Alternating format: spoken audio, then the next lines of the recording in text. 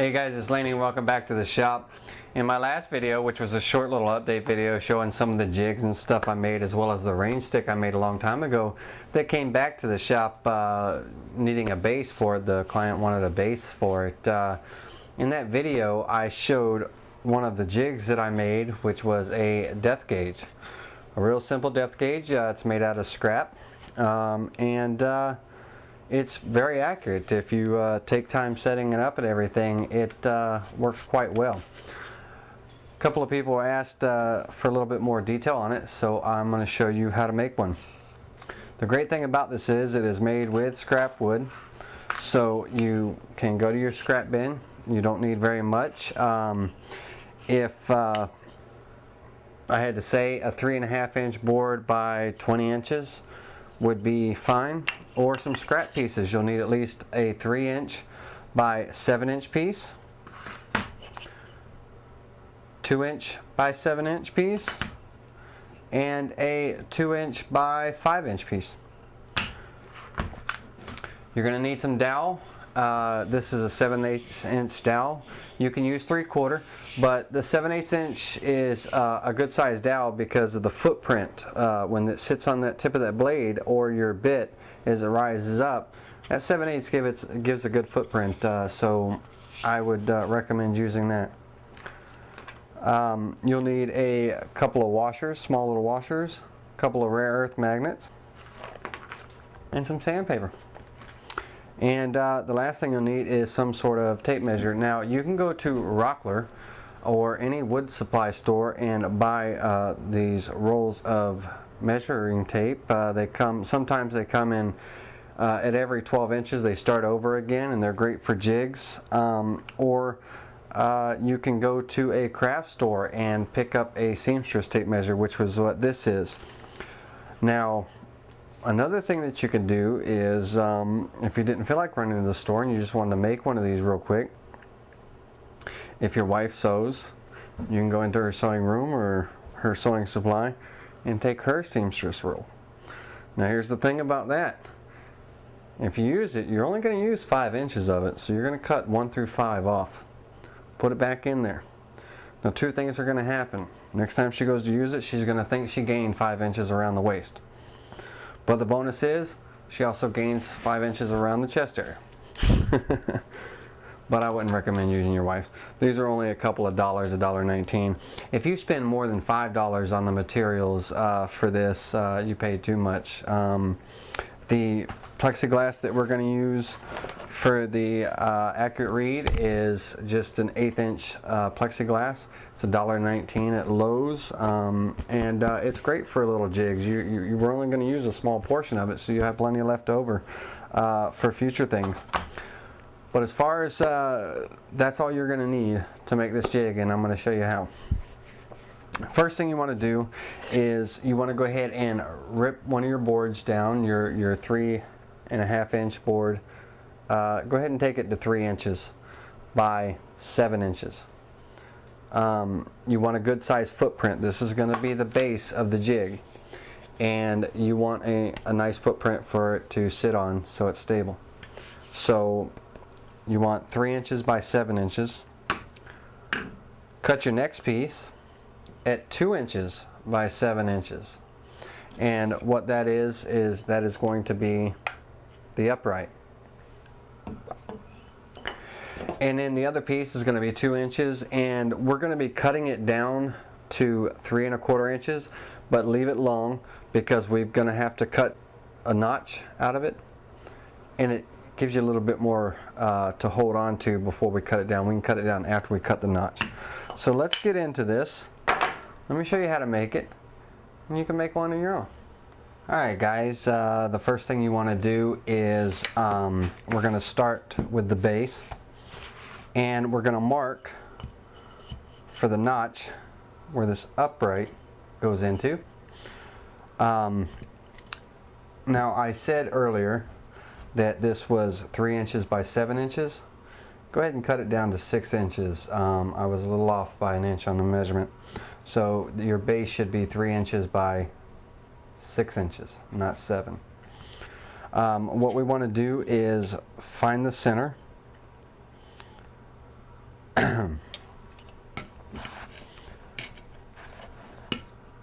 go ahead and make a mark. And from there, since our piece is 2 inches wide, our upright is 2 inches wide, we want to come off an inch on both sides.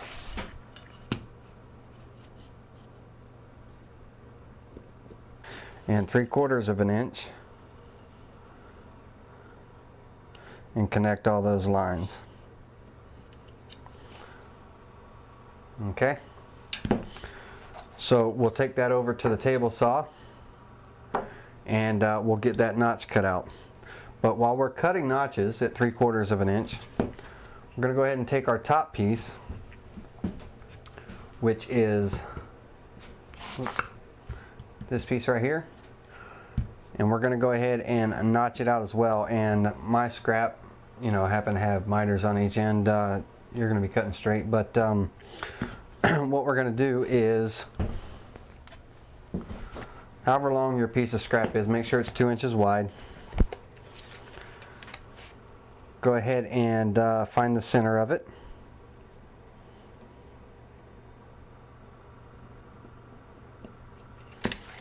And do the same thing. You want an inch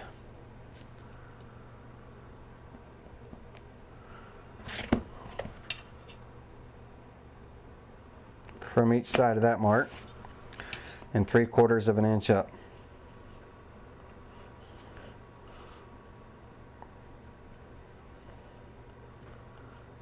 And go ahead and connect those lines. So now we can take both these pieces over to the table saw and cut the notches in them. Alright guys, over here at the table saw, I'm ready to cut these notches out of the base and the upright. And before I get started, let me tell you a little bit about this sled. This is my newest jig. This is a dado sled. The dado sled it's dedicated for dados. You can cut tenons on it, you can cut dental molding, you can cut these notches that we're about to do. Now you can cut them on a regular table saw, you can cut them on your router table, or you can hand cut them. However you want to make these notches, you can do it. I'm going to use my new dado sled. Now if you are interested about this, go see Bob Simon over on YouTube. It's The Apprentice and the Journeyman.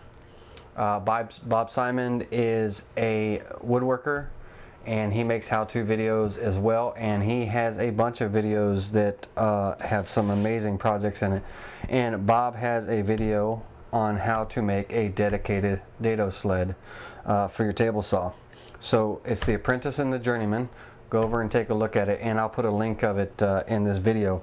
Now this particular dado sled has a stop block, and when the stop block's not in use, it flips up out of the way.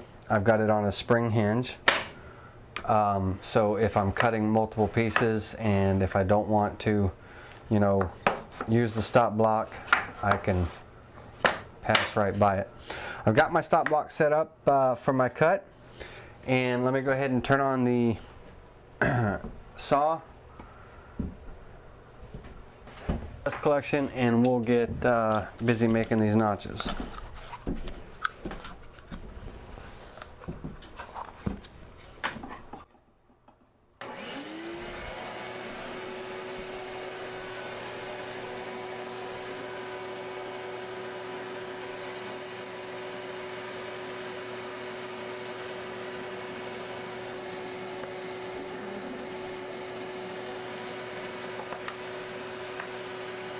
Make sure that your blade height is set right.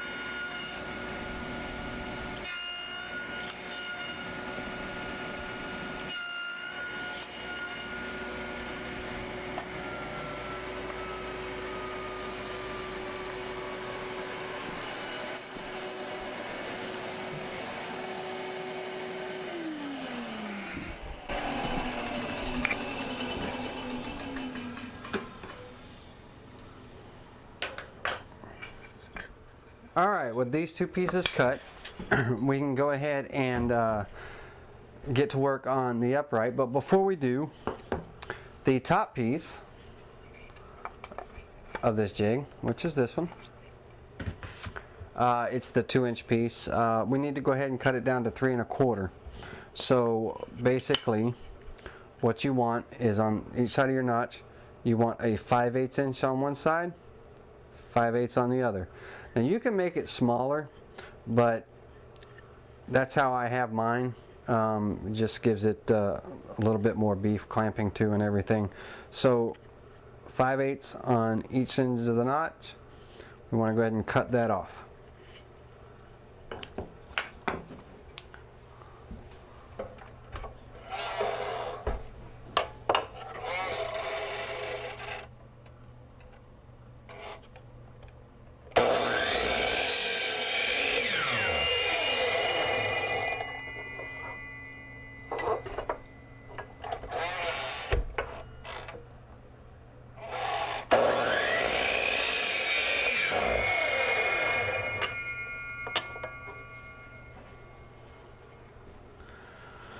The miter saw happened to be right behind me, so that's what your piece should look like, and that is going to be our top. So now, with this cut, we need to go ahead and concentrate on the upright. Now the upright, there's a couple things going on with it. There is a stop notch cut in it, all the way from the bottom up to let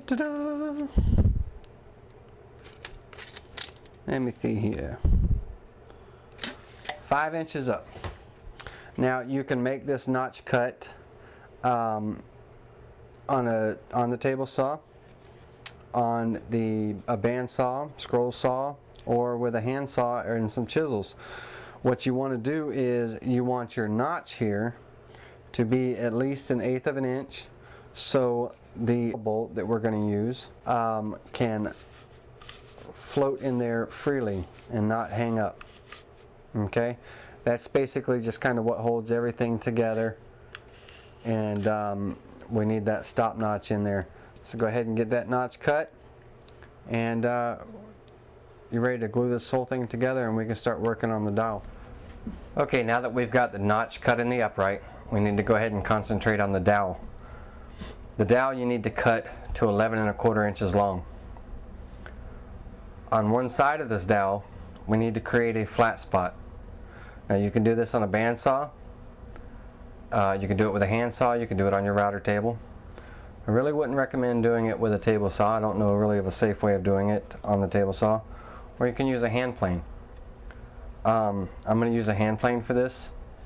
And what we want to do is we want to create a flat spot on one side.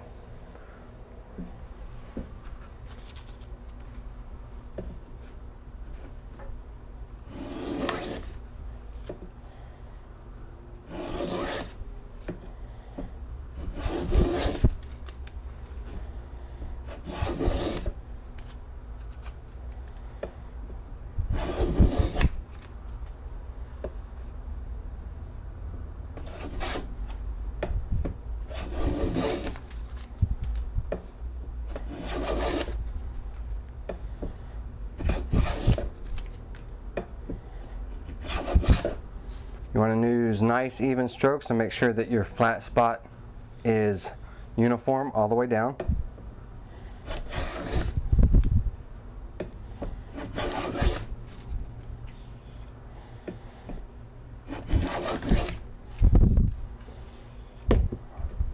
And once that's done,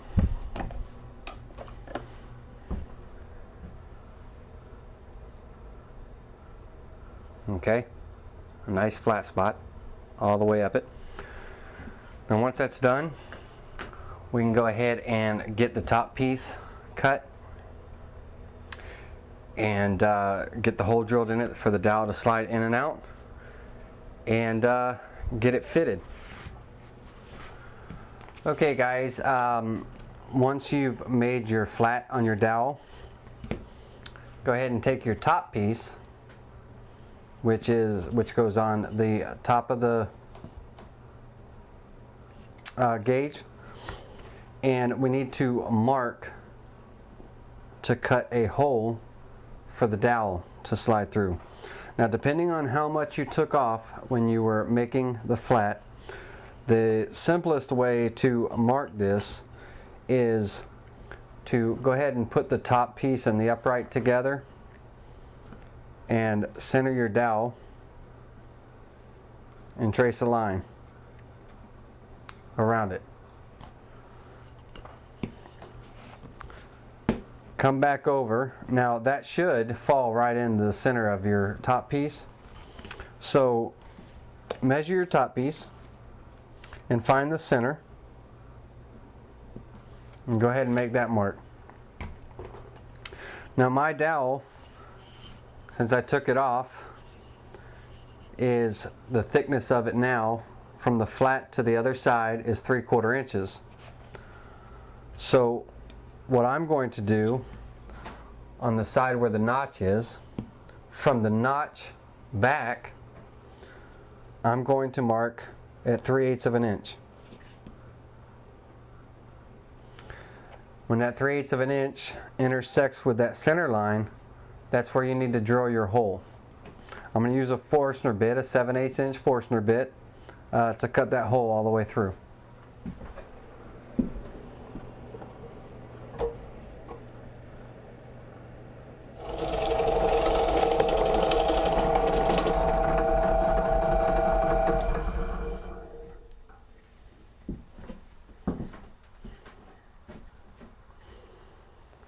So now your piece should look something like that.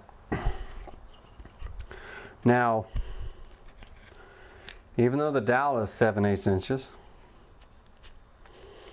and you used a 7/8 inch Forstner bit, that dowel is going to be a little tight. So that's why you're going to need a piece of sandpaper. We want a nice slip fit through this hole. I'm using 80 grit, and basically I'm just going to sand the dowel until I get a nice smooth slip fit. Alright guys, once you have a nice slip fit, so it just slides in and out, one thing I'd recommend, down the road, is you can put a little bit of paste wax on here and on your dowel. But if you get it nice and where there's a nice fit, you shouldn't need to, but nice smooth flow is what you want. Okay, so now where are we at? We've got our 3 pieces cut, got our dowel cut and flattened. Now we can go ahead and glue our pieces together. And the one thing that I would say to you is don't try to glue it all at once, because it's going to be top heavy. Go ahead and glue. Make sure you're on a flat surface so you get nice and flush with the bottom. Go ahead and glue the base and the upright together. When that dries, then come in and glue the top to the upright. Okay guys, one quick note I wanted to say. When this is glued up, as it's glued up, you want to make sure that the stop slot, or the screw slot, is facing upwards. You want the split to be downward. You want that to be able to stop, so that way it stops the dowel from coming up. And also, which should be good practice anyway when you're doing glue ups and all, but always check for square. You want to make sure that this is square and 90 degrees. So we'll go ahead and let this glue sit up, and when it's done we'll come back and glue the top in place. Now when making these notches in the base, my notches are just a little bit big. Make sure you get an accurate measurement. That 2-inch notch and the base is more like 2 1/8 on mine. So wood filler to the rescue. But we'll you know, jigs, it's a jig, but it'll be an accurate jig. It just won't look that pretty. And Steve Ramsey says that jigs should look pretty, but that's all right.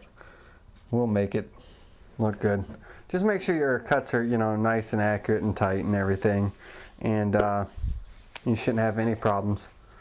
But 90 degrees on the base and the upright, glue it together, and then when you put the top on and glue the top on, you want to make sure that it creates a 92 and it's square with the upright as well. That way the dowel rides nice and smooth and there's no binding or anything. Okay guys, now that everything is glued up on our depth gauge and we have a nice fit for our dowel. Now after the glue up, you may need to take a little bit more off of this flat, depending on how tight, you know, you clamp this and everything, so that you have a nice fit. Okay, it should only, if you used a hand plane, just maybe 1 or 2 passes, or you can go ahead and if you used a different method, you can go ahead and sand the existing flat down until you get a nice smooth fit. Alright, now we need to start working on the little sight glass. And what we're going to do is on that 1/8 inch piece of plexiglass, we're going to go ahead and on the short side of it, we're going to go ahead and mark at 3/4 of an inch. Now you're not marking on the glass, these are covered with plastic. Don't remove the plastic until after you're all done. Go ahead and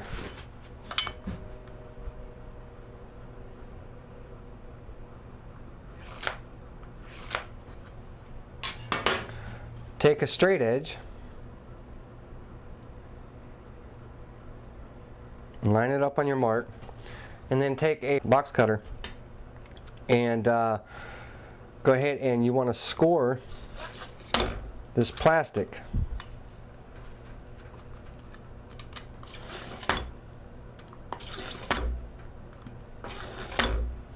Three passes should be fine. And then you want to go ahead and get on the edge of your work table, hold down on it, and it pops loose. Go ahead and cut the plastic so it'll release it.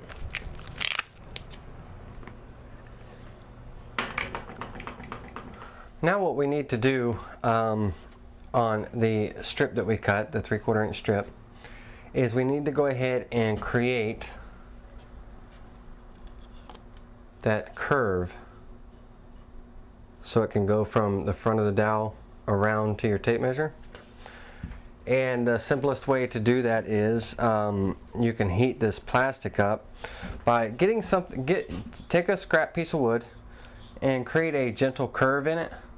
This happens to be a 2x2 piece of pine, and it's got rounded corners on it already, so I'm going to use that. And what you want to do is go ahead and clamp your piece on and take a heat gun, hot air gun, heat gun. Even a household dryer will work because this is such a thin plastic. If you concentrate the household dryer on it enough, you'll be able to create that curve. But you want to go ahead and heat this up, and then as it heats, you want to go ahead and shape it and bring it down. And you don't want to force it, you don't want to break it, just nice and gentle. Don't get too close to the plastic, you don't want to melt it, you just want to warm it up so it's pliable. And don't concentrate too, directly on it. Bring it up a little bit, you just want that warm air to heat that plastic.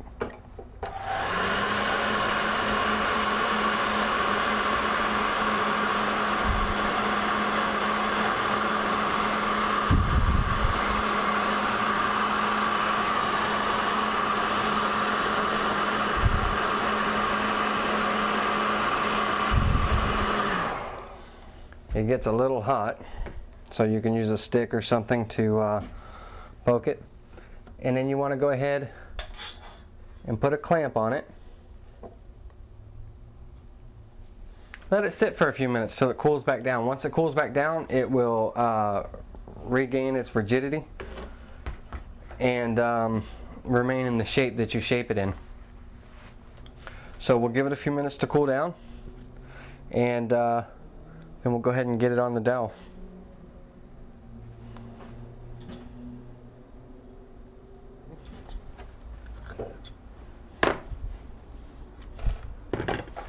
So what you should have is a piece that looks like that. One thing that I do want to mention is on the curve, you want to make sure that the curve starts about 1.5 inches from one end. So from one end to the back of the corner should be 1.5 inches.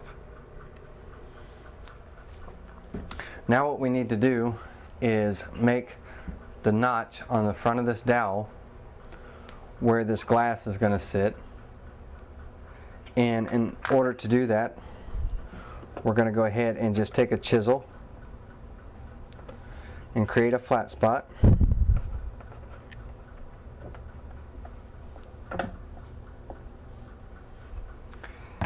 And what you want to do is from the bottom of the dowel, which is going to be the bottom of your gauge, from the bottom you want to make a mark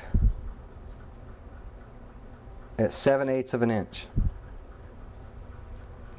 Now your plastic piece should have been cut at 3/4 of an inch wide. So from that mark that you just made, you want to mark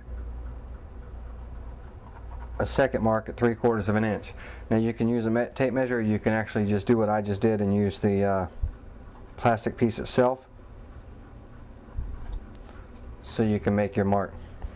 Now we're only going to go in as deep as this is, which is 1/8 inch thick.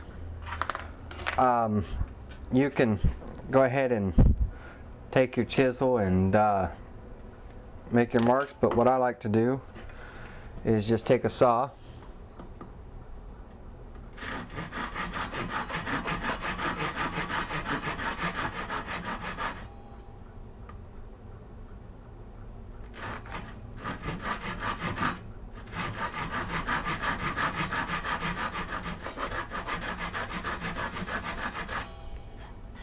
and make my 2 cuts, and then take my chisel and pare away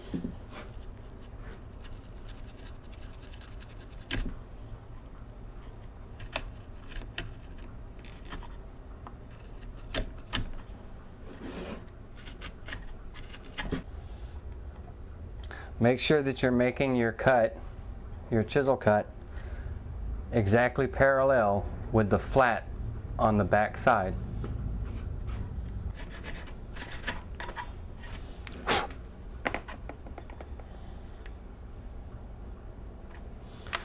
Once that notch is cut out,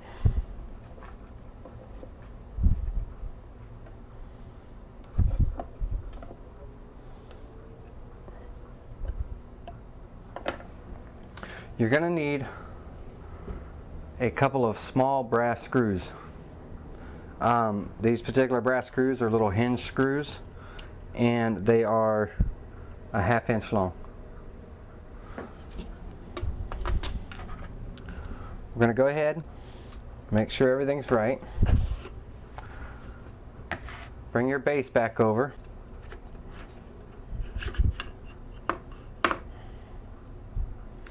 Set it up in there. Okay. Go ahead and take your bent plexiglass and rest it in that notch. And you want to bring it as close to the side of this upright as possible, but remember there's going to be a little tape measure here, so you want to bring it a little off of the side. you want a little bit of space, so that tape measure, depending on how thick it is, you want to leave that room for it. So when you have that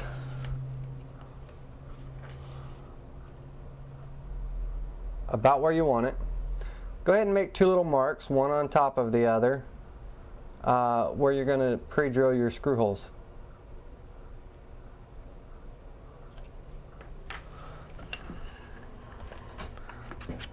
Take your dowel out.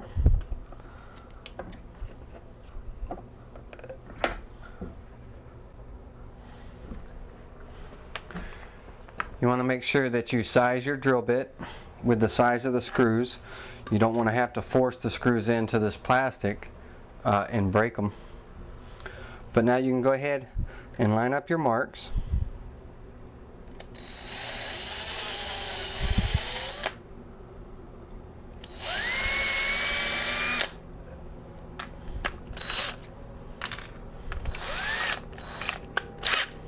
You want to create a little bit of a countersink.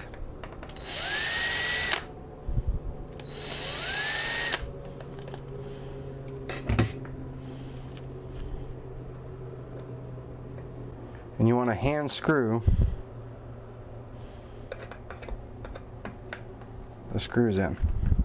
Not all the way, just create some threads in each hole. We'll screw this plastic piece on after we put it inside the stand. Okay.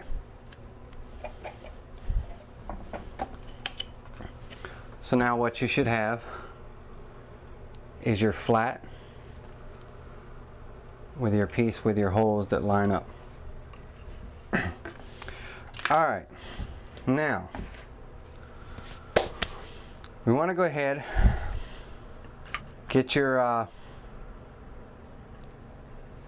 dowel inside the gauge base, place your plastic piece on, and we've got it running wild over here. We need to trim it up. So go ahead and make a mark flush with the back of the gauge on the plastic. And once again, take your razor knife. And this is a small score. You should be able to stay on the line pretty well without a straight edge. Just go ahead and make a couple of scoring passes.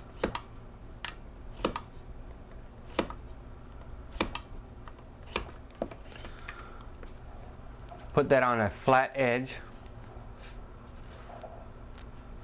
right on your line, and break it off. Now we can go ahead and peel the plastic off of the back side and the front side. The protective plastic, you should have a clear glass piece.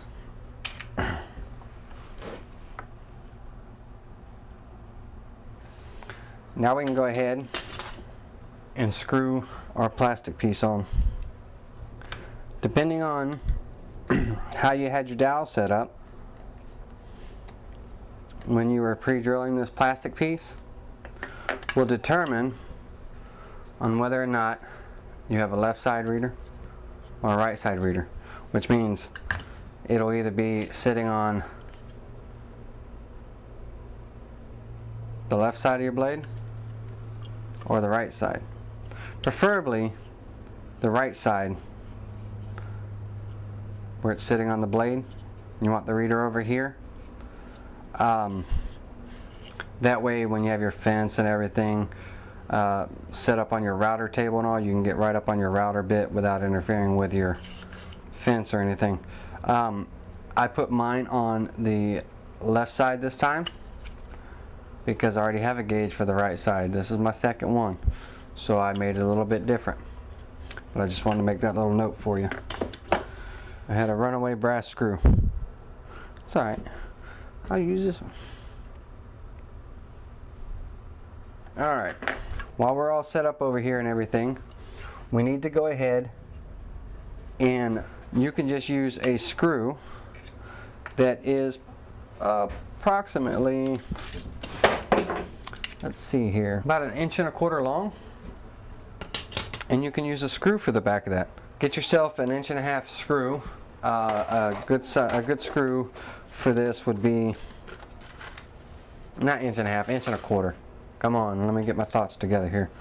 A good screw would be one of these pocket hole screws, or any wood screw, as long as make sure that it fits in your slot well, which I cut my slot oversized a little bit so it fits perfectly. And go ahead and put your smaller washer on the screw, and then your larger washer. So you should have a setup that looks like that. And make sure that your dowel and base everything is sitting flat on the ground, or on the ground, not on the ground, flat on your bench.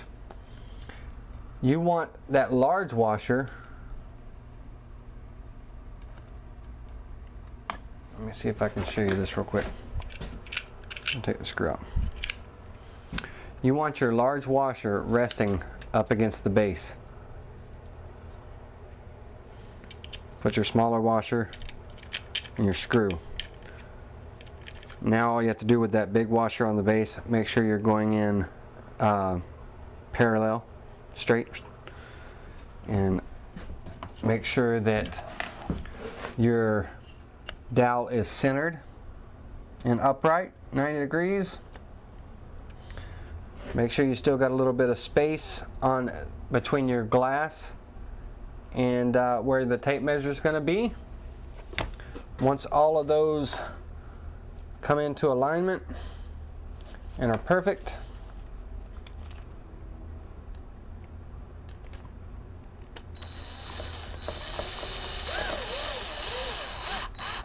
you can pre-drill your hole if you want, but shouldn't be no problem. All right, now I got it torqued down. Ain't going nowhere. What you want to do now is just loosen it up a half a turn, so that way slides up and down. Pretty. All right guys, real quick before we put the tape measure and everything on, one last little touch. Now you don't have to do this, but it's nice for sitting on your table saw and everything. We've got a couple of rare earth magnets, and we're gonna drill a small little shallow hole for the rare earth magnets so they're flush with the base of the gauge, and we're gonna get them glued in. And that way, when you set your tool on there, it's not going nowhere. Or set it on your tool. So, I mean, it doesn't, these can be in any random place. They don't have to be perfect. You're just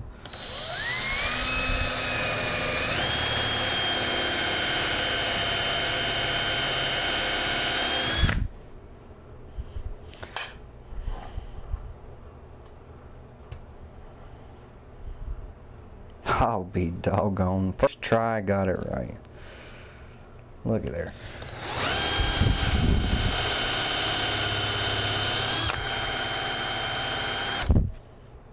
Now, these don't have to be perfectly straight up and down. You can do this on a drill press before you glue this whole thing together. But it's a pretty simple step. Now, take some epoxy or whatever you want to glue these in. I'm actually going to use the Type Bond Instabond because it dries in 30 seconds. You only coat one side, so you don't have to put any on the magnet. Just hit that in there. You can use epoxy if you'd like.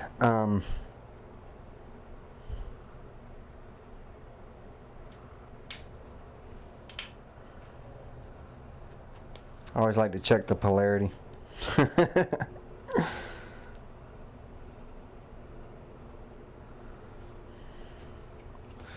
All right, we'll let that sit up a few seconds and bond in there, and then we'll get over to this blade on the table saw. Make sure your table saw is unplugged for this next step that's coming up, and we'll get the tape measure on. And basically what I did is I took a piece of that seamstress tape and I cut it 5 inches long. Get you some carpet tape, some double-sided carpet tape, the little thin stuff, and place some on the back. Okay, and that's what we're going to put on this, but we're going to do it while it's in operation, so we make sure that we have an accurate read, that our eyeglass is reading right. Alright guys, now that the earth magnets are set in, nice hold. Alright, mine's going to be a left side. Like I said, if you want your glass on the right side, that way it's on the right side of the blade. I'd recommend that for your first one, or for for your main one, because if you're setting up a router blade and all, you don't have to interfere with the router fence and everything, and you can get a read. But I already have one for the right, so we're going to do one for the left. What you want to do now is make it plugged. You want to identify one tooth and make sure that you're in your utmost center. When it's there, go ahead and lower your blade down. I still haven't oiled the saw. Set your gauge on top of the blade. Now, that is your 0 point. Everything's zeroed out right now. So what you want to do is you want to take your little tape measure and put some double-sided tape on the back. You don't want it flush with the base. You want to bring it up a little bit to where the 0 mark of your tape measure is about the center of the reading glass. And you want to go ahead and stick it on.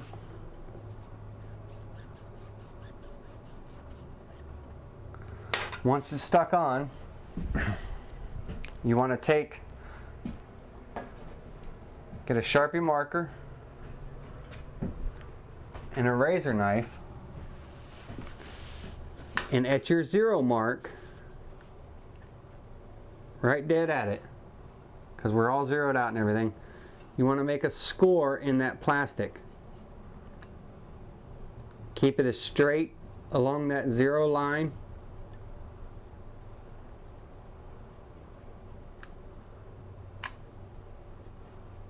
Okay, take your black Sharpie marker and paint in that line and wipe off the excess. What should remain is a small black hairline mark where you just made that score right on your 0. Now if you're a little off, you can take this tape measure off and readjust it to where everything's zeroed out. And with that being said, crank up your blade, lower your blade, and everything should fall back into place. And let me move this over so you can see. Alright, with everything set up and the gauge is on the highest point of the bit of the blade, highest tip, you know, in the center. You won't be able to see my hairline mark because the marking numbers are black behind it, but as you rise up you'll be able to see it. Right now I'm zeroed out, and as you raise your blade,